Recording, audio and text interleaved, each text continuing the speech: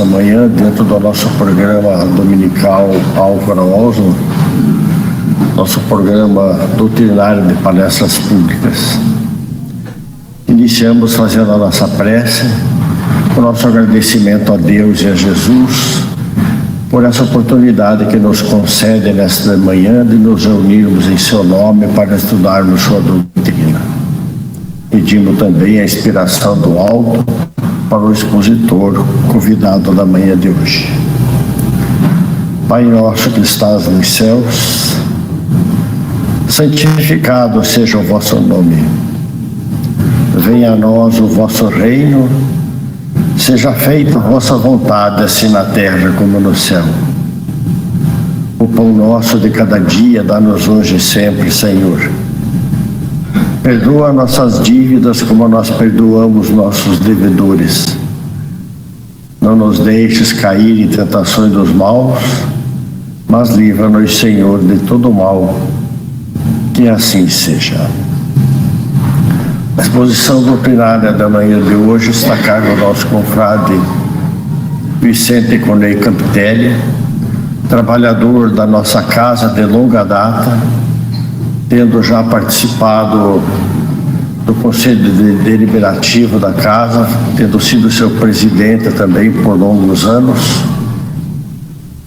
É dirigente de grupos mediúnicos, de grupos de palestras públicas e grupos de estudo.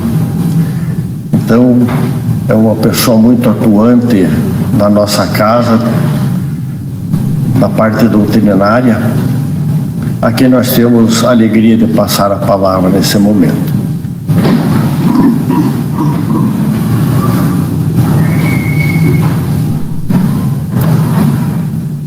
Bom dia a todos.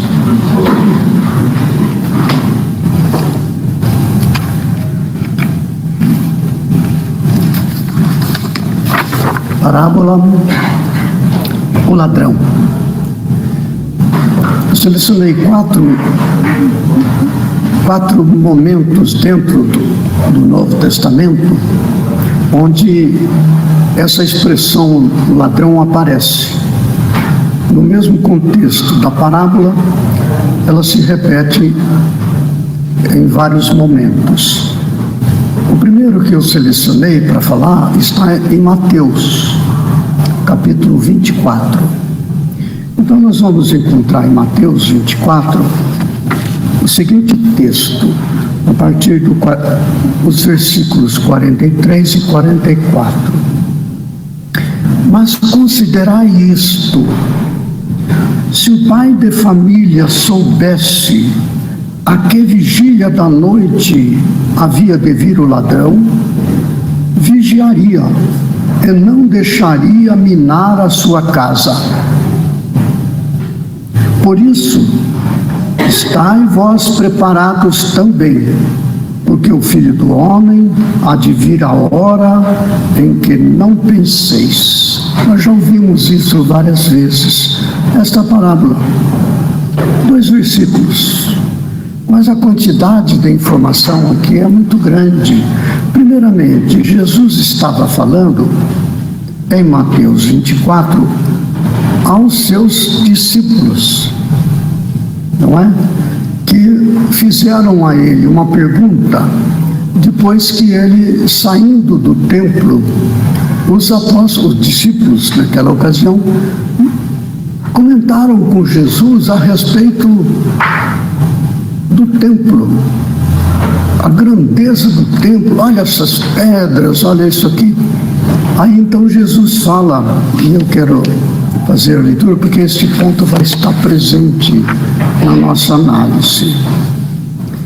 E quando Jesus ia saindo do templo, aproximaram-se dele os seus discípulos para lhe mostrarem a estrutura do templo. Jesus, porém, lhes disse: não vedes tudo isto? É verdade vos digo que não ficará aqui pedra sobre pedra que não seja derrubada. E estando assentado no Monte das Oliveiras, chegaram-se a ele os seus discípulos em particular, dizendo: dize-nos quando serão essas coisas? E que sinal haverá da tua vinda e do fim do mundo? Então, Jesus responde a estas perguntas neste sermão escatológico, que é o capítulo 24 e 25. É o sermão escatológico segundo Mateus. Esse mesmo sermão, onde aparece a parábola que eu acabei de ler, é repetido também em Lucas, capítulo 21, e também em Marcos, capítulo 13. De modo que este sermão escatológico, não é repetido pelos 3 evangelistas. Depois, naturalmente, João vai tratar desta questão quando fala do Apocalipse, mas aí já é um assunto mais complexo, né? Mas voltemos à parábola. Eu vou repetir a leitura, sabendo agora em que contexto ela foi falada segundo Mateus. Mas considerai isto, repetindo a parábola de Mateus 24, 43 e 44. Mas considerai isto: se o pai de família soubesse a que vigília da noite havia de vir o ladrão, vigiaria e não deixaria minar a sua casa. Por isso, estai vós preparados também, porque o Filho do Homem há de vir a hora em que não penseis. Então ele alerta aos discípulos para que eles também estejam preparados. Toda esta informação é dirigida para nós, para todos nós, para toda a comunidade cristã. Estarmos vigilantes, não é? O que é a vigília? A vigília era uma divisão de períodos de vigilância nas muralhas da cidade. Então, havia 4 vigílias, onde eram trocadas as guardas. A primeira vigília, das 6 da tarde às 9 da noite. A segunda, das 9 à meia-noite. A terceira, das 0 hora até as 3. E a quarta vigília, das 3 às 6. 4 vigílias. Mas ele menciona a segunda e terceira vigílias, ou seja, em plena escuridão, em plena noite. Não menciona a primeira e nem a sexta, onde a claridade do dia ainda resta na primeira vigília e já começa a aparecer de novo na quarta vigília. Então é a segunda e a terceira vigílias. Então ele se refere aqui a um período de tempo, cada vigília 3 horas, mas ele fala para todas as épocas, ele não fala só para aquela época, então fala para nós também. Ele não diz a hora, veja que está escrito aqui: porque o Filho do Homem há de vir a hora em que não penseis. Mas ele vai dar no sermão escatológico, não é como ele falou ali, a pergunta dos discípulos: que sinal haverá da tua vinda e do fim do mundo? Ele então, ao responder estas perguntas, em Mateus 24, Lucas 21 e Marcos 13, ele vai dar os sinais. Mas ele não indica a hora, porque ele diz a hora só Deus o sabe, só o Pai, né? Nem o Filho sabe a hora. Então, nós estamos neste momento numa dessas vigílias. Estamos num período de tempo onde ocorrerá este episódio da vinda do Filho do Homem. Não é? Muito bem. Há muitas considerações, portanto, dentro desta parábola. Uma delas é esta. Fala de um período de tempo no qual nós precisamos estar vigilantes. Todos nós, hein? Mesmo os discípulos não estavam resolvidos, não. Havia muita luta pela frente. É preciso que estivessem vigilantes. Muito bem, o que mais? Ele fala sobre virá o ladrão. Que ladrão é este, né? Jesus, ele falava sempre no Evangelho a respeito da vida eterna, da vida espiritual. Então, estando na vida encarnada, na vida de personalidade, como nós aqui estamos, não é? Ele falava para o espírito na vida encarnada. Tudo que ele fala é destinado à conquista do espírito. Então, quando ele vai falar assim, se o pai de família soubesse a que vigília da noite havia de vir o ladrão, vigiaria e não deixaria minar a sua casa. Que casa é essa? Que ladrão é este? Nós já sabemos, né? Qual é o ladrão? É o ladrão que está dentro de nós. Não é? É o ego. Esse toma de assalto as nossas emoções e nossas decisões. Aí nós temos a luta interna entre o ego e o self, entre a personalidade, a pessoa encarnada, e o ser puro que nós somos, espírito. É disso que trata aqui. Então, como deixar minar a sua casa? Que casa é esta? É a casa mental, né? Não deixar que o ladrão que está dentro de nós venha dominar a nossa casa mental, que é onde acontecem as decisões. Nós vamos encontrar esta mesma parábola novamente em Lucas 12, já não no sermão escatológico, porque Lucas, ele escreveu os evangelhos, não é? Orientados por Paulo. Eles eram muito amigos, ficaram amigos lá em Antioquia, onde Paulo lá estava, ele costurava, fazia aquelas barracas, aquelas coisas. Ele não tinha ainda destravado a sua verve, né, a sua palavra forte que depois o caracterizou.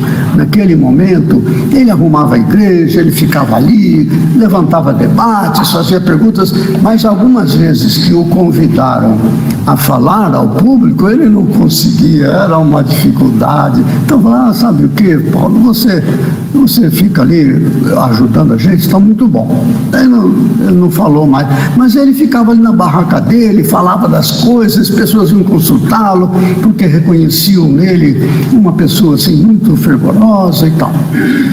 Então Lucas acabou notando a personalidade de Paulo, extraordinária. Ele se aproxima, ficam amigos, e o Lucas começa a conviver com Paulo. Isso está no livro Paulo e Estevão, né? Quem tiver interesse, é importante ler este livro.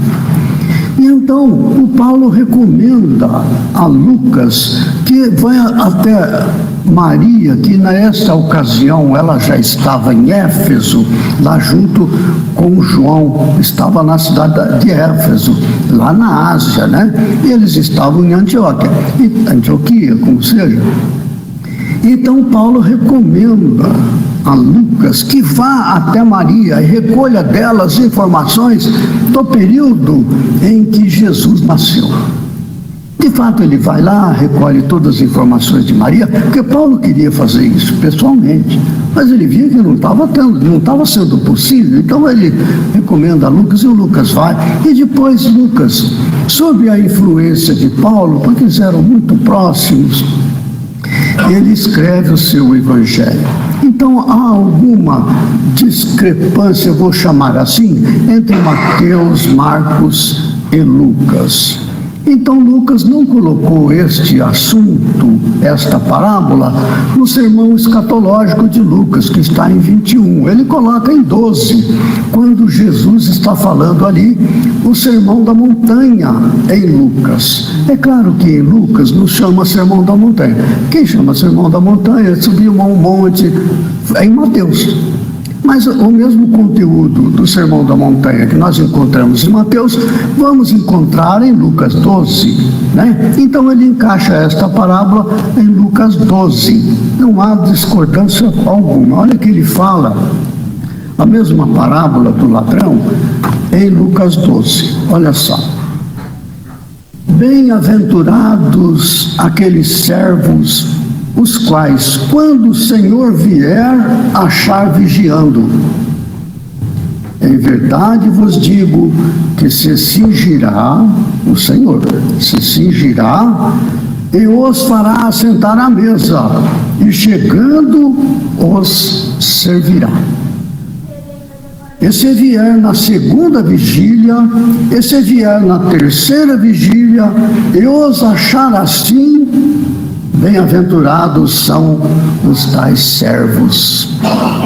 Sabei, porém, isto, que se o pai de família soubesse a que hora havia de vir o ladrão, vigiaria e não deixaria minar a sua casa. Portanto, estai vós também preparados, porque virá o Filho do Homem a hora que não imaginais. Então, esses dois últimos versículos estão bem parecidos, né, com Mateus, né? Muito bem. Há alguns elementos aqui em Lucas muito preciosos para a nossa análise. Quando ele fala aqui, o Senhor, quando o Senhor vier, não é? Bem-aventurados aqueles servos quais, quando o Senhor vier achar vigiando, em verdade vos digo que se cingirá e os fará sentar à mesa, chegando-se os servirá. Quem que é este o Senhor?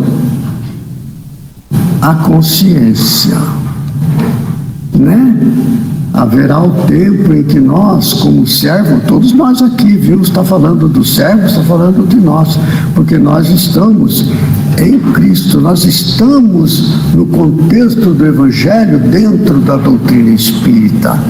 Porque seja lá em Moisés com as leis de Deus, não as leis humanas, civis, que Moisés encaixou ali, não, as leis humanas, as leis divinas de Moisés, o Evangelho de Jesus e a doutrina espírita, não é? Tudo isso aí vai nos dando condição de nos colocar como servos, aqueles que servem. É a nossa pessoa, nós todos somos seguidores e, portanto, servos, não é? Quando o Senhor vier, quando despertar em nós aquele fervor inabalável, não é que acontece com todos nós quando a gente persevera na vigilância. Chegará o tempo em que o comando de nossos pensamentos e de nossas ações estiverem de acordo com a consciência. É importante a gente destacar esta questão da consciência. Este é um estudo muito interessante, mas que me escapa o conhecimento sobre isso. Mas nós vamos encontrar em obras de André Luiz e outros elementos para entender isto. Não é? A nossa casa mental é a nossa mente. A mente, ela é constituída de uma das nossas estruturas psíquicas. Nós somos, como dizem os textos mais ditos, mais antigos, constituídos de 7 corpos. 7 como encarnados. O corpo físico, não é? O corpo etérico seria também chamado duplo etérico, né? O perispírito e o corpo mental inferior. Esses 4 corpos, eles são ligados à personalidade, aquilo que muda.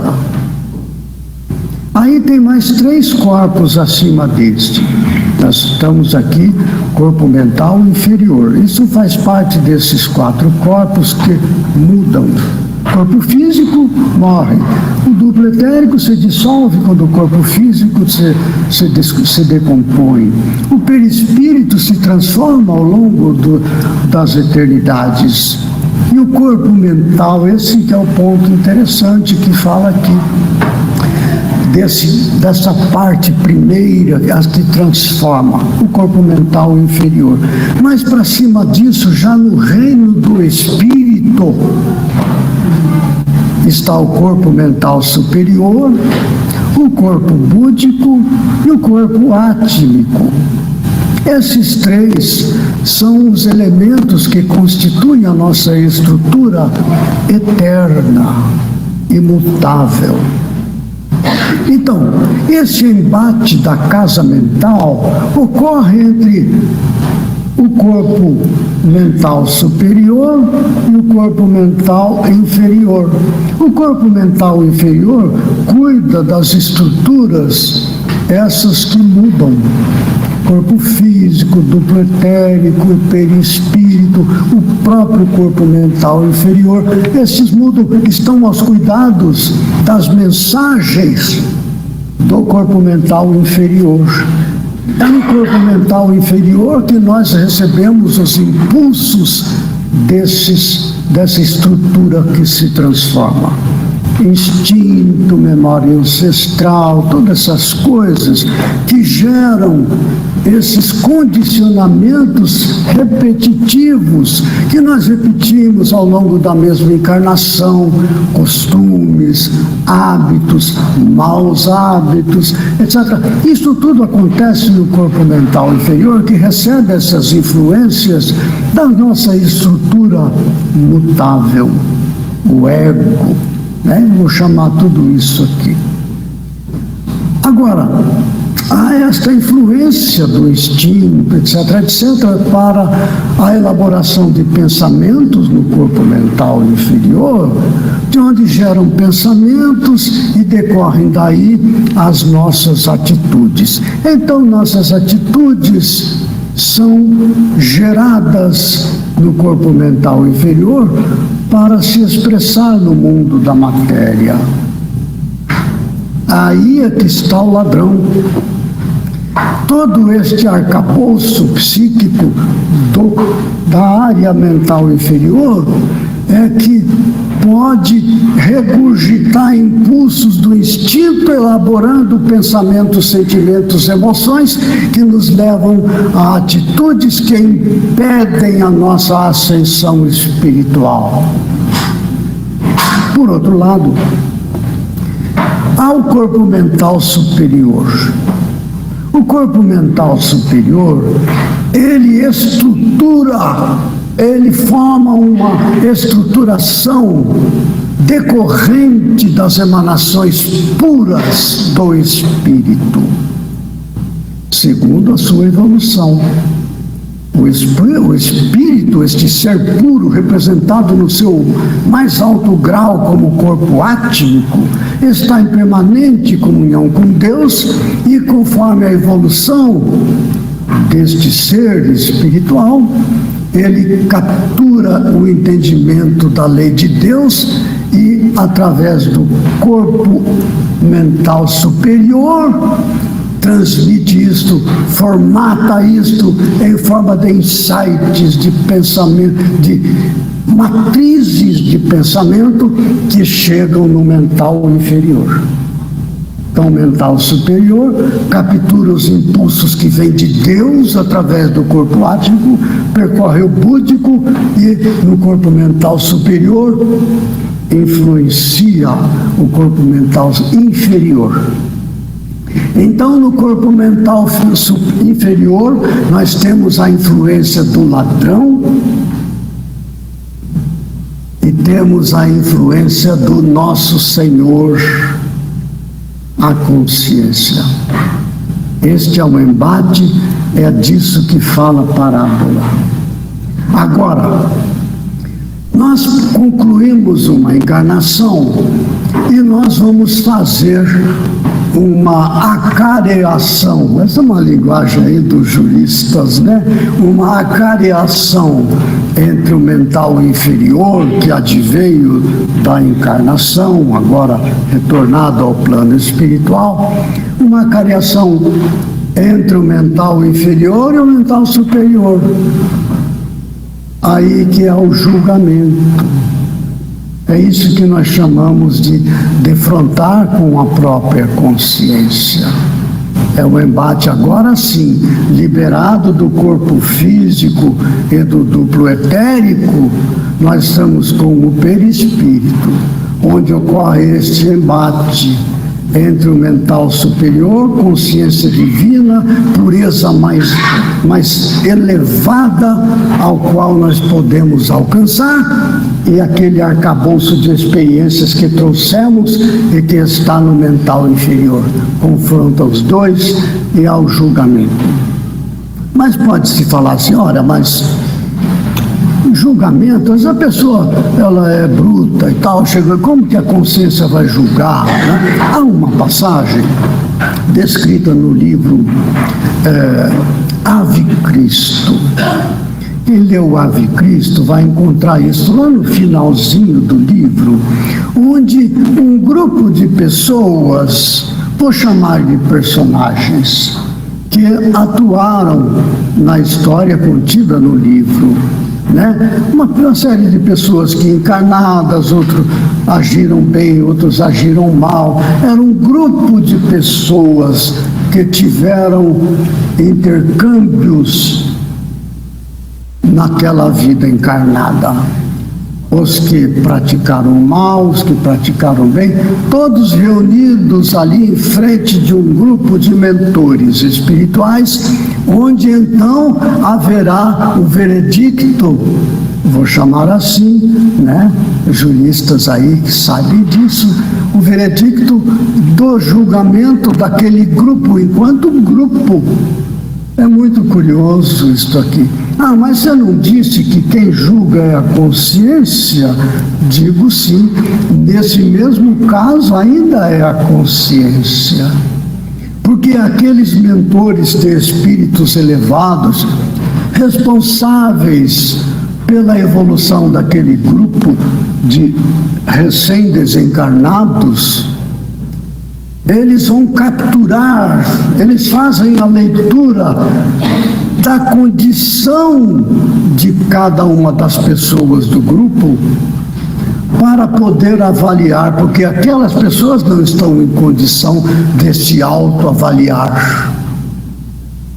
Mental superior com inferior, estão tão aprisionados na vida material, mesmo estando no mundo espiritual, que não tem condição de se autoavaliar. Então aquela comissão, conhecendo o íntimo de cada um, fazendo a leitura do corpo mental superior e inferior de cada um, sabendo que cada um será julgado segundo a sua capacidade evolutiva.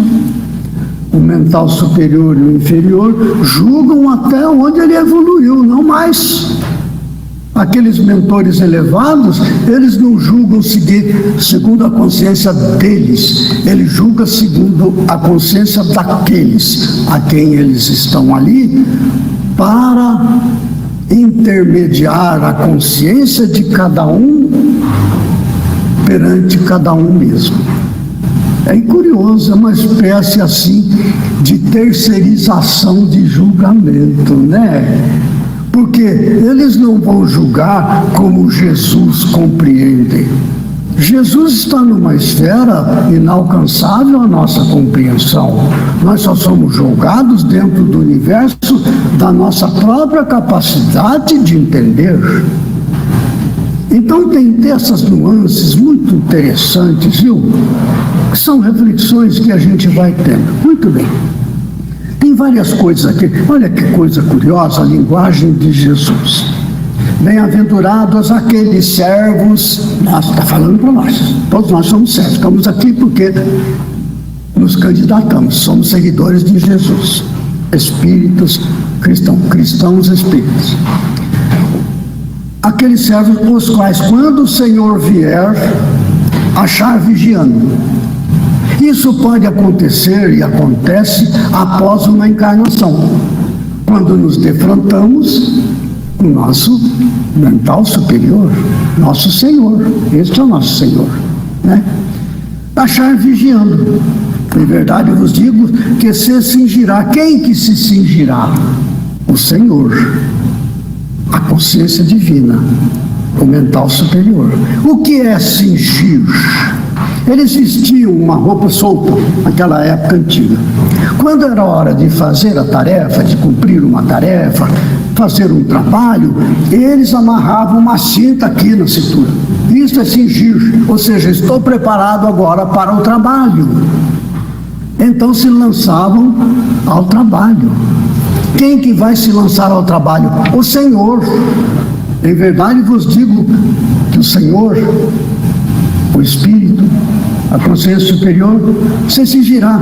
Ele assumirá a tarefa na evolução. Quando nós acharmos-nos vigilantes, ou seja, buscando com esforço equiparar as nossas vontades como personalidade às emanações puras que vêm da consciência. Quando isto acontecer, virá o Filho do Homem. Quando vier o Filho do Homem, se nós estivermos praticando bem ao longo da nossa encarnação,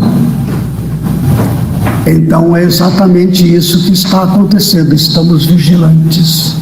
E ao desencarnarmos vigilantes, cumprindo a lei de Deus, fazendo o bem, nos entendendo como homens de bem, como bons espíritas, como está lá no Evangelho, né? Leia lá o roteiro de O Homem de Bem. Não se assustem, viu, gente? Porque a lista que está ali na relação dos homens de bem não é pequena, viu?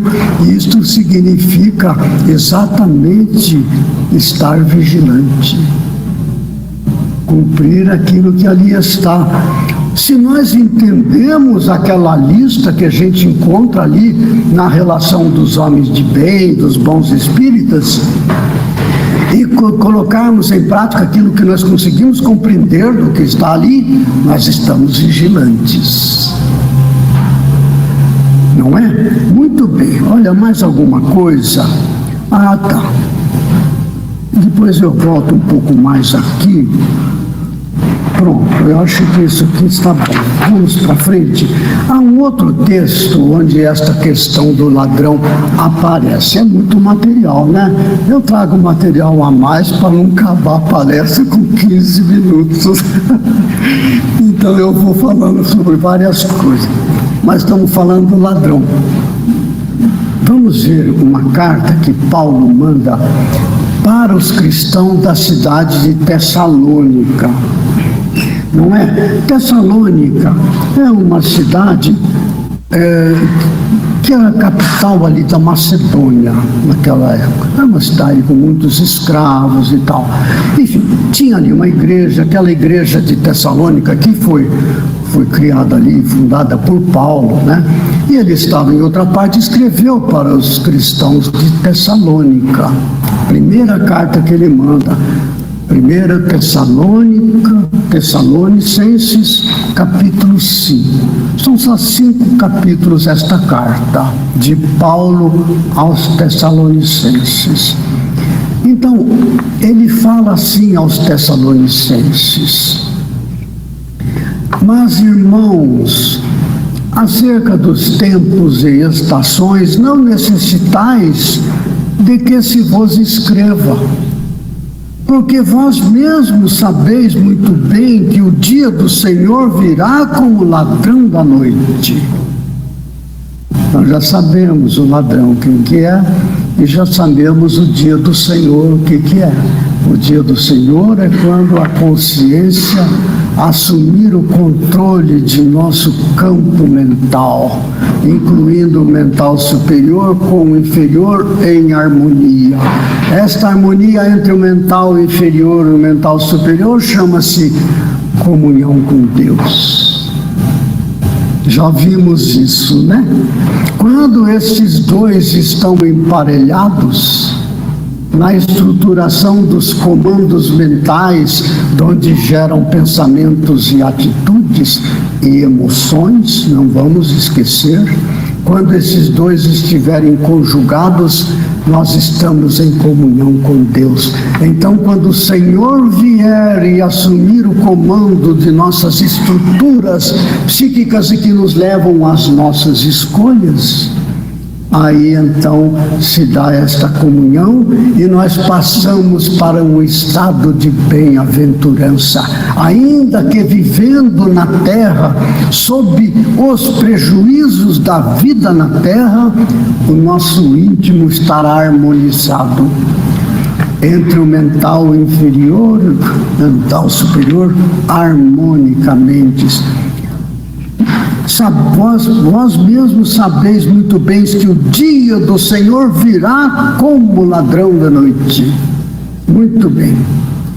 Pois que quando disserem a paz e segurança, então lhes sobrevirá repentina destruição, como as dores de parto àquela que está grávida, e de modo nenhum escaparão. Isto pode se referir à desencarnação, não é? Mas pode se referir também a um outro episódio, ao qual nós estamos já observando na Terra. É o final do ciclo evolutivo. Há estes dois momentos entre a vinda do Senhor e o conflito com o ladrão. Após a encarnação e após um conjunto grande de encarnações que nos foi dado para buscar esta harmonia entre o mental inferior e o mental superior. Este fim de ciclo que já estamos vivendo está descrito aqui também, não é? Sabeis muito bem que o dia do Senhor virá como ladrão de noite, assim como nós tomamos de assalto aquele impulso que nos leva a cometer desatinos, devido à emoção do qual nós não controlamos, porque não estamos vigilantes, nós praticamos um crime perante a consciência, agredindo aqui, agredindo ali, um impulso que nos leva a perder muitas vezes o esforço de várias encarnações por causa deste ladrão que chega e toma conta de nossa estrutura mental e nos leva a agir contrário àquilo que o mental superior indica. Não faça, sossega, tenha paciência, acalme-se, seja abnegado, pratique a caridade. Claro que não usando essas palavras, mas os impulsos que vêm de nossa consciência divina criam no nosso mental inferior a compreensão dentro destes padrões: caridade, paciência, abnegação, resignação. São aspectos diferentes do amor. São nomes de pequenos aspectos de uma única coisa que emana do mental superior. Isso chama-se amor, porque é a reprodução formatada, dada uma forma no mental superior e impulsiona o mental inferior.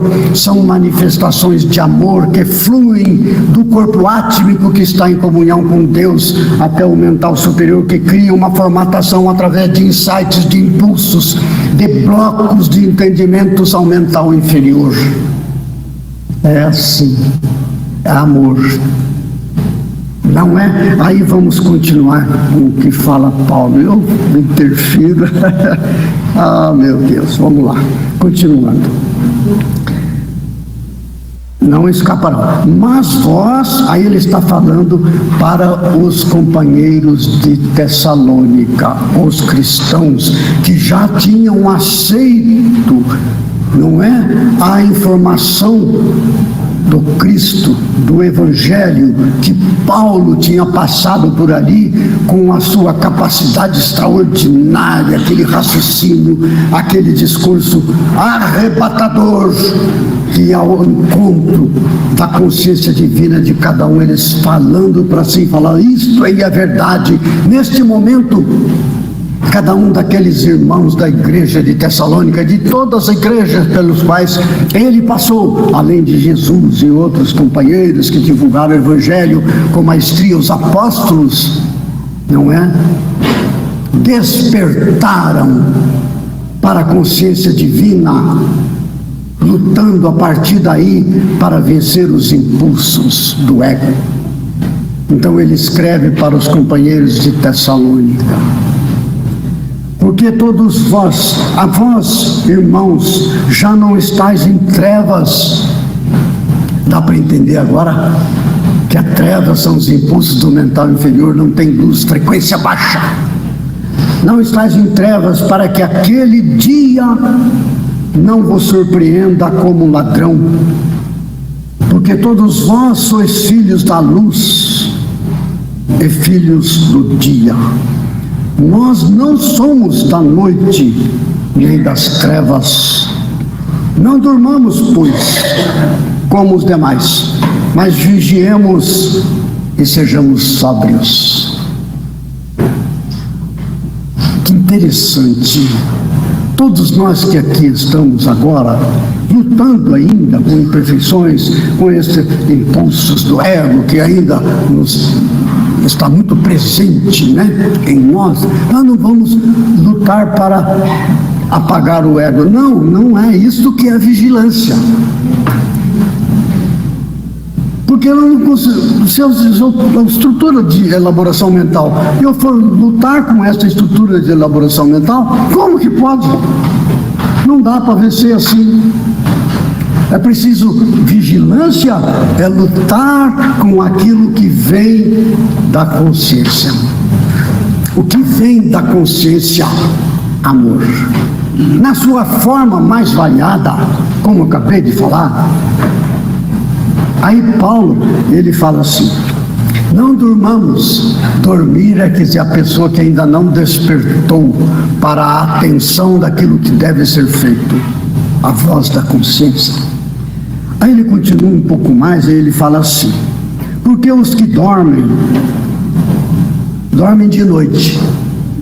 O que ele fala da noite, ele fala da segunda e da terceira vigílias. É noite, é escuro, né? É a vivência na terra segundo o fluxo do mental inferior. Porque os que dormem, dormem de noite, e os que se embebedam, embebedam-se de noite. Noite é escuro, baixa frequência. A baixa frequência não tem luz, a alta frequência é luz, por isso que ele fala dia, aqui em cima. Sois filhos da luz e filhos do dia. Muito bem. Mas nós que somos do dia, sejamos sóbrios. Ser sóbrio é aquilo que emana do consciente superior. Isto é vigilância. Ser sóbrio. Eu não vou lutar o mal, eu vou fazer o bem. Vestindo-nos da couraça da fé, do amor, e tendo por capacete a esperança da salvação. Todas essas elaborações íntimas, não é? Que ele fala aqui, sóbrios, vestindo-nos da couraça da fé e do amor, e tendo por capacete a esperança da salvação, é algo de frequência mental superior. Porque Deus não nos destinou para a ira mental inferior, mas para a aquisição da salvação mental superior, por nosso Senhor Jesus Cristo, referência ao Evangelho, que é a lei de Deus, colocado em compreensão para o cérebro. Então, sob o influxo do nosso Senhor Jesus Cristo, é a consciência divina que comanda, que morreu por nós, para que, quer vigiamos ou quer durmamos, vivamos juntamente com Ele a comunhão entre o inferior e o superior. Viver em comunhão com o Cristo, vivenciar o Evangelho. Como eu falo vivenciar o Evangelho, eu estou falando da personalidade, a pessoa encarnada. Sempre a mesma coisa. Jesus é o Senhor dos espíritos. Ele é o Senhor do nosso espírito. Há um embate entre o espírito e a matéria, entre o ego e o self. Jesus sempre fala das questões do espírito, como transitar daqui para lá, como fazer a comunhão entre um e outro. Ele chama de amor. Assim por diante. Aí tem mais uma passagem onde esta questão do ladrão aparece. É uma passagem muito curiosa. Ele falava ali, Paulo, para a igreja de Tessalônica, não é? Lá na Macedônia, aquele negócio todo. Aqui é uma outra passagem já em Apocalipse. Quando Jesus fala com João, ele estava na ilha de Patmos, estava preso ali na ilha de Patmos, não é? Aí quando ele é levado para o plano espiritual, aparece Jesus para ele, a comunidade de outros anjos, não é, de maneira simbólica, e fala com João. Ele começa o Apocalipse falando às 7 igrejas da Ásia, recomendando as 7 igrejas da Ásia. Então ele descreve recomendações para cada igreja em face daquilo que na igreja está acontecendo, para que modifiquem, para que se fortaleçam quando é o caso. E ele fala assim no comecinho ali de Apocalipse. Nós vamos ler no Apocalipse 3. A igreja de Éfeso, a igreja de Esmirna, são as 7 igrejas. A de Pérgamo, Tiatira, Sardes, Filadélfia e Laodiceia. Essas 7 igrejas. Então ele passa para João, que está na ilha de Patmos, ele dormindo em desdobramento, ele depois escreve sobre isso. Cada uma dessas igrejas tem uma característica diferente. Então, através desses 7 modelos de comportamento das comunidades cristãs, vamos incluir aqui dos centros espíritas, das organizações espíritas na sua estruturação mais ampla, está falando através das recomendações das igrejas, recomendando-nos a nós, que agora estamos na casa espírita, o mesmo que recomendou aquelas igrejas. Cada casa espírita tem a sua característica. E aqui nós vamos destacar a igreja de Sardes. Quando o nosso ladrão aparece de novo, né? Vamos ver o que Jesus fala para a igreja de Sardes, falando para as igrejas do futuro, para os centros espíritas, etc. Está falando para a igreja de Sardes. Olha o que Jesus fala para João. E o anjo da igreja de Sardes, da igreja que está em Sardes, escreva: isto diz o que tem os 7 Espíritos de Deus e as 7 estrelas. Conheço as tuas obras, que tens nome de que vives e estás morto. Vou repetir. Conheço as tuas obras, as obras da igreja de Sardes, que tens nome que vives. Tem pessoas dentro da igreja de Sardes que vivenciam o Evangelho. E estás morto, como uma estrutura de igreja. Então havia algumas pessoas ali que vivenciavam plenamente os ensinos do Evangelho, mas a maioria não. Estavam como que amortecidos nas estruturas habituais, repetitivas, sem que venhamos a assumir para nós mesmos a orientação.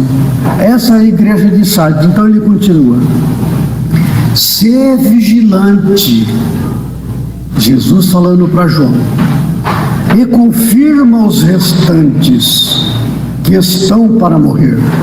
Então mesmo aqueles que já praticavam a obra segundo o Evangelho, influenciado pelos demais, apáticos, sem iniciativa, etc., estavam sendo influenciados. Confirma os restantes, fala lá para a igreja, cuida que eles se continuem firmes,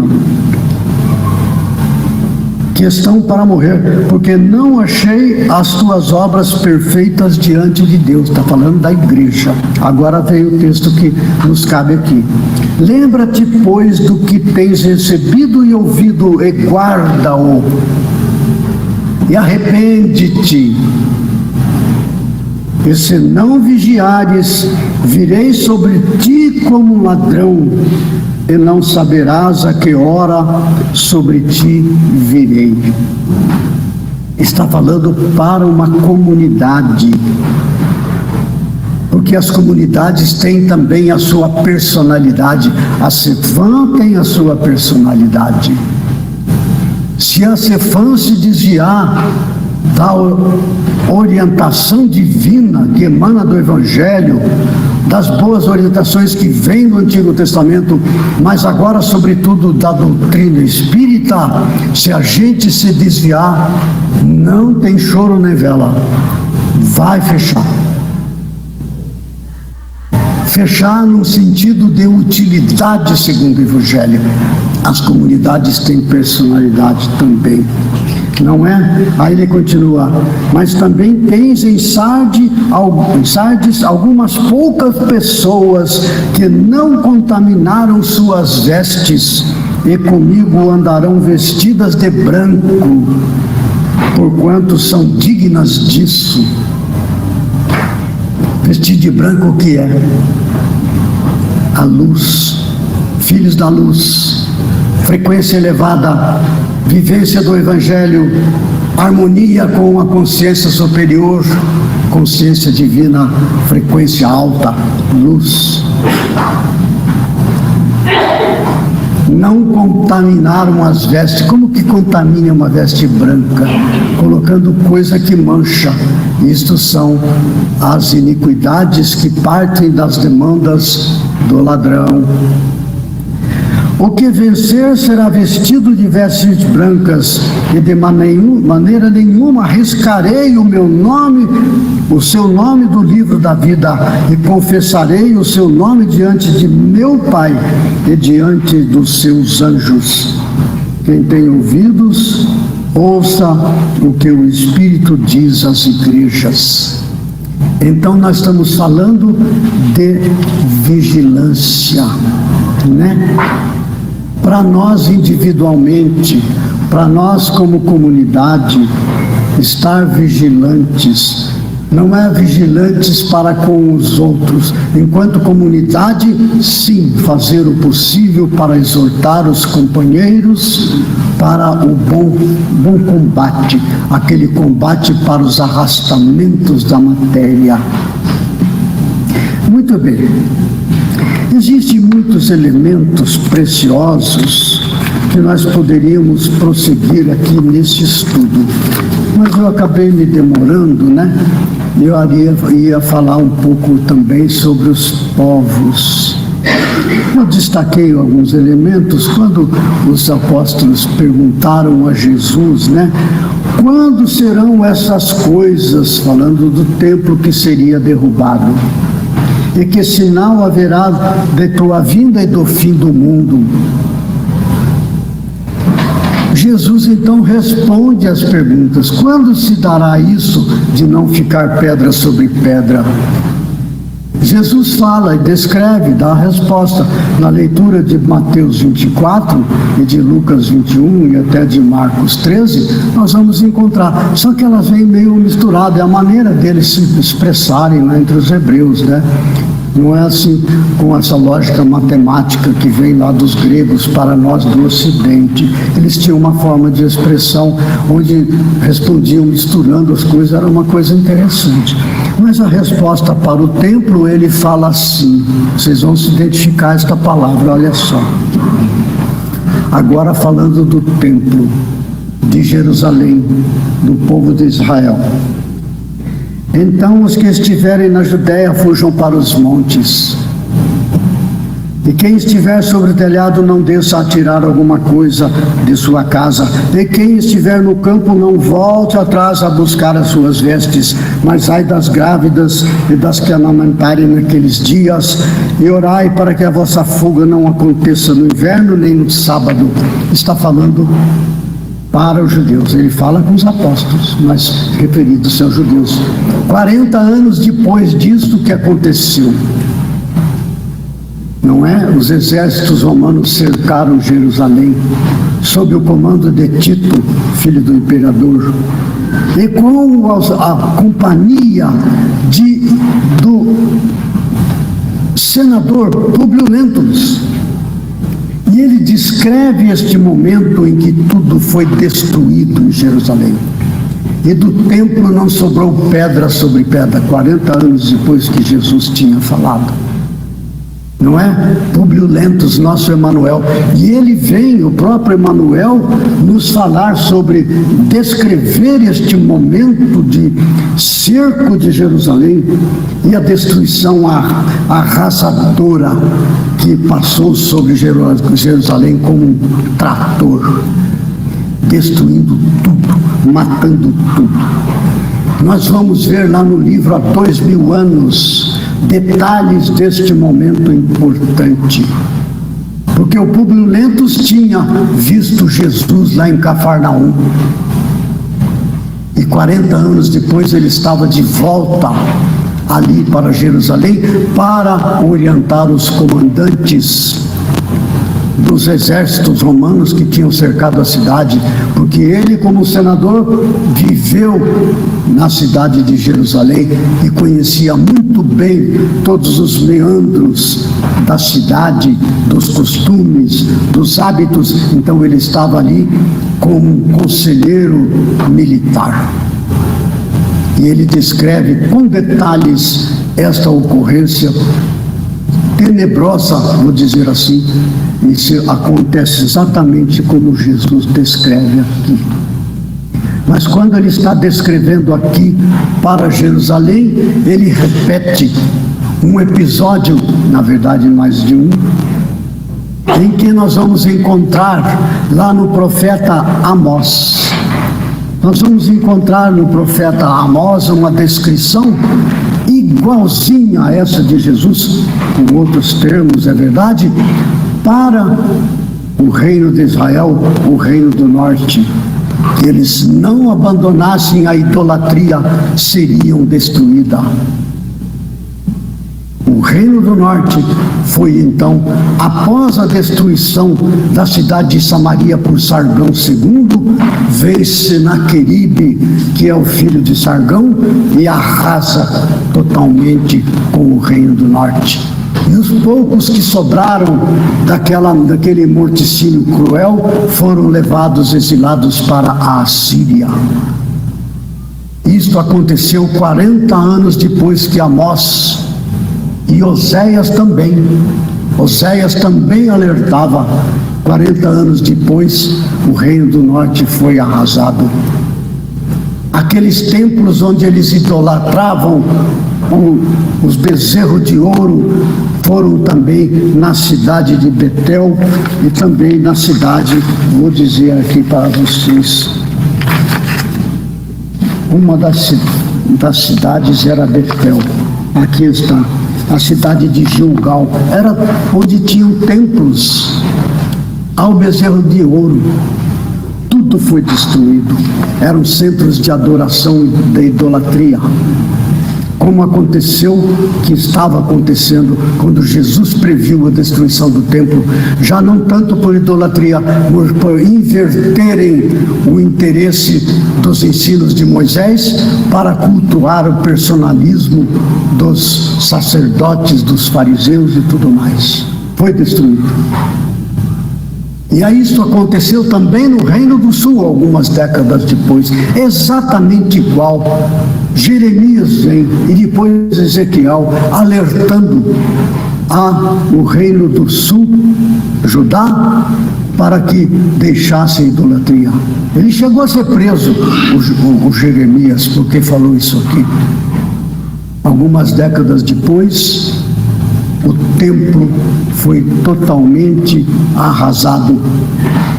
O templo de Salomão destruído, como tinha previsto Jeremias e também Ezequiel. Já agora, pelo Nabucodonosor, que era o rei da Babilônia. Eles foram levados cativos para a Babilônia, onde por 70 anos eles ficaram cativos, voltando depois para reiniciar a tarefa.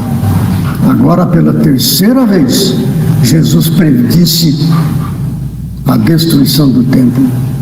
O que quer dizer isso? É castigo? Não.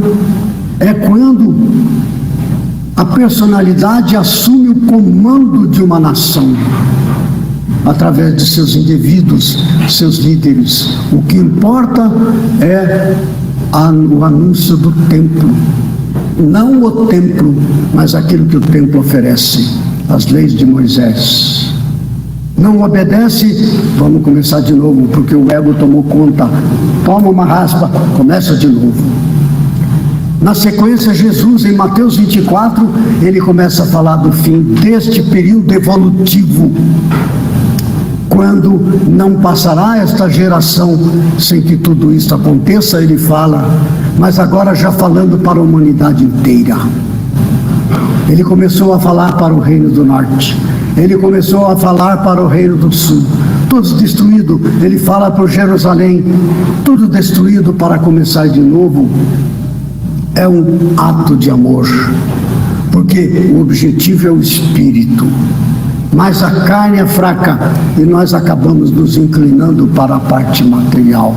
Então Jesus agora fala para a humanidade, para este fim de ciclo.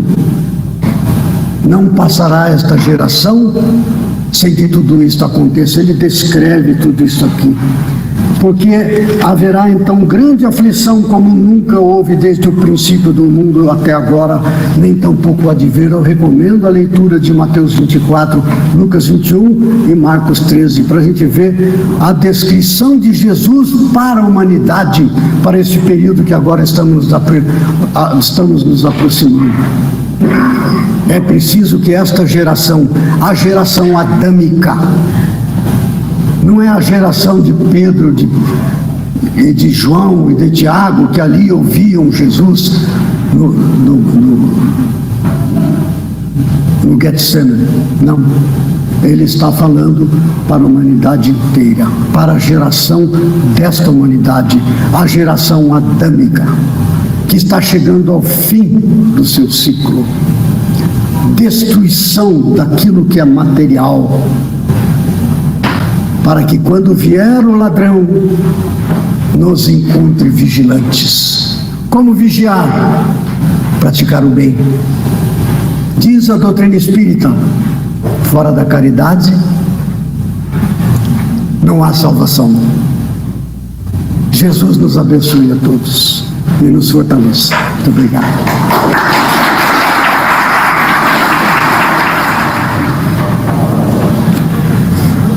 Nossos agradecimentos ao Vicente por ter aquecido o nosso convite e também pela belíssima mensagem que nos trouxe nesta manhã, que nos sirva para a nossa reflexão nesta semana.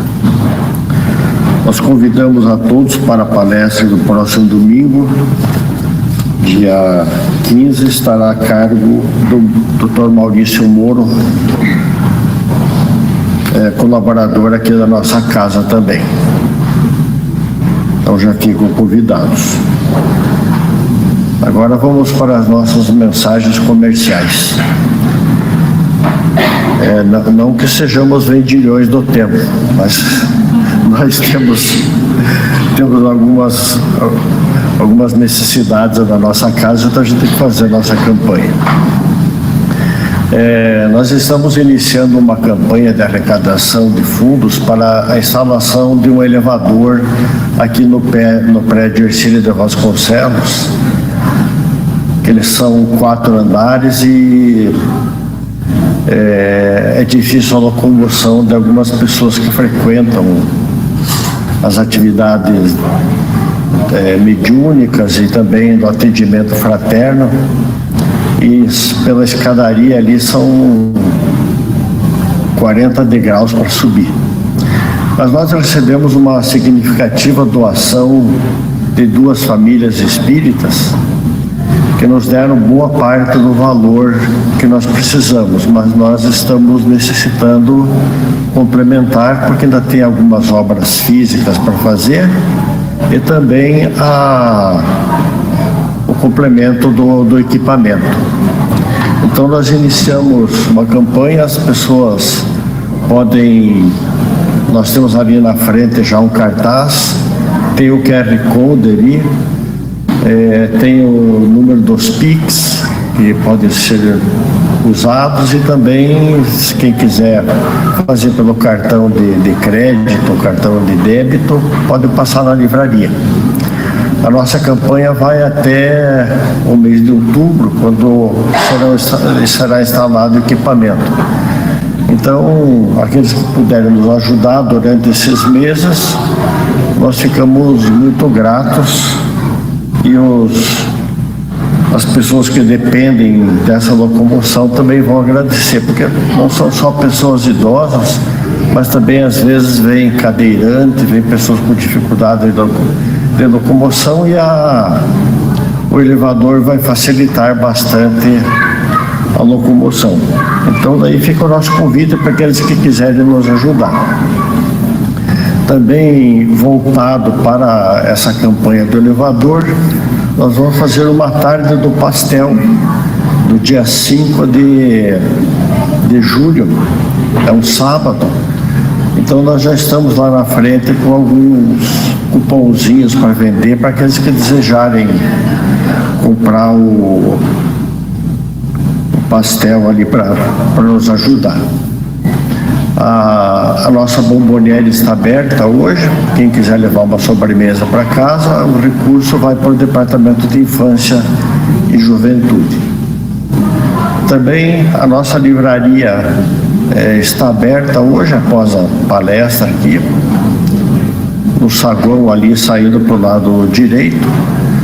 Tem várias obras espíritas e também tem os artesanatos do grupo Clara de Assis. E já antecipando, para a gente se garantir aqui no planeta Terra, vamos nos agendar para o ano que vem. Nós já temos a agenda de 2026. Aqueles que quiserem, quem comprar já fica garantido que ano que vem tem compromisso aqui com a casa. Então, aqueles que desejarem, já temos lá as agendas 2026. A gente pensa que está longe, mas quando a gente vê já é Natal, né? Então, fica nosso convite aí. Nós vamos então encerrar a nossa reunião desta manhã com o nosso agradecimento a Deus e a Jesus, aos mentores espirituais, por essa oportunidade que tivemos de nos reunir em seu nome. Então vamos fazer a nossa prece de encerramento. Pai nosso que estás nos céus, santificado seja o vosso nome. Venha a nós o vosso reino, seja feita a vossa vontade, assim na terra como no céu. O pão nosso de cada dia dá-nos hoje e sempre, Senhor. Perdoa nossas dívidas como perdoamos nossos devedores. Não nos deixes cair em tentações dos maus, mas livra-nos, Senhor, de todo mal. Que assim seja. Um bom domingo e uma boa semana a todos.